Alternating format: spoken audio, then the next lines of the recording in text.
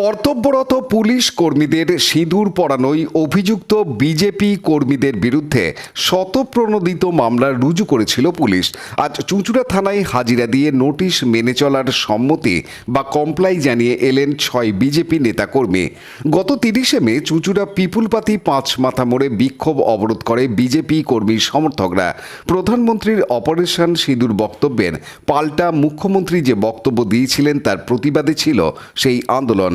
সেখানে অবরোধ সরাতে গেলে কর্তব্যরত মহিলা পুলিশ কর্মীদের কপালে গালে সিঁদুর লেপে দেয় বিজেপি কর্মীরা, যা ব্যাপক বিতর্ক তৈরি করে। ঘটনার পরদিন চুঁচুড়া থানার পুলিশ 6 বিজেপি নেতা কর্মীর বিরুদ্ধে শতপ্রণোদিত মামলা রুজু করে।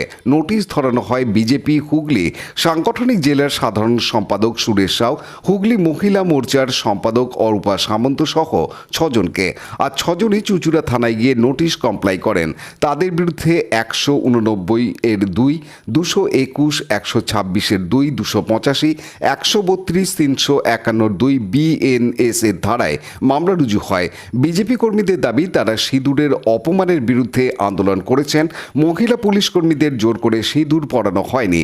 আদালতে জামিনের আবেদন করা হবে।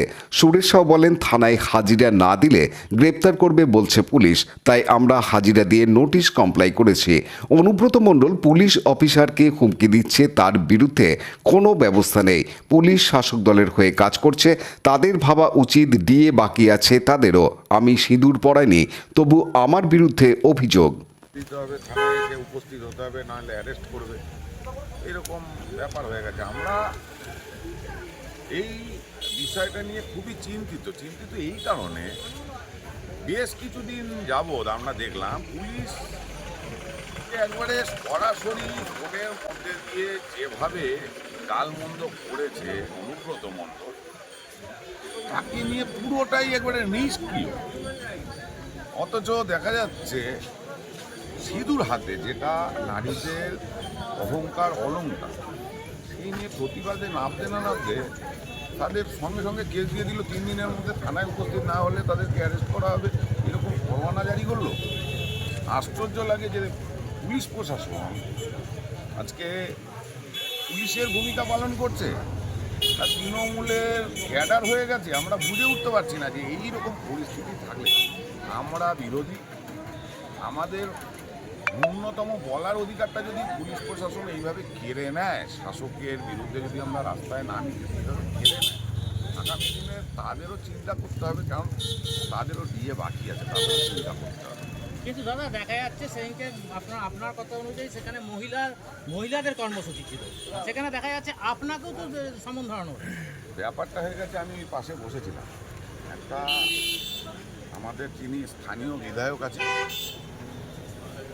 তার বরাবরই টার্গেটের একটা কেন্দ্রবিন্দু আমি রয়েছি। বিভিন্ন জায়গায় নানান রকম মন্তব্যও করে উনি। আমরা দেখলাম তারপরে তিনি নিজে এরকম থানায় এসছে। এবার স্বাভাবিক ব্যাপার, এখানকার বিধায়ক তো এখানকার মুখ্যমন্ত্রী ভাবে তিনি নিজেকে। সেই হিসাবে এখানে নির্দেশিকা দিয়েছে, আদেশ দিয়েছে, সেই হিসাবে পুলিশ তো বললাম নিজের ডিউটি কম পালন করছে, তৃণমূলের ক্যাডারের ভূমিকা পালন করছে বেশি, তাই আমার নামটা এর সঙ্গে জুড়ে দিয়েছে। আপনি অনুব্রত মণ্ডলের কথা দিদি, আজকে তো আপনারা এলেন, পুলিশ আপনাদের নোটিশ দিয়েছিল, কি বলবেন সেই নিয়ে? পুলিশ আমাদের আজকে নোটিশ দিয়েছিল, ডেকেছিল, আমরা এসেছি। আমরা আইনের পথেই চলছি, ঠিক আছে। কেন ডেকেছিল? কারণ 31 তারিখে যেইটা বিক্ষোভটা হয়েছিল, ঠিক আছে, ওরা আমাদের বলছে আমরা জোর করে বলে সিঁদুর করেছি, কিন্তু ওখানে কি কোনো কিছু প্রমাণ করতে পারছে যে আমরা জোর করে দিয়েছি?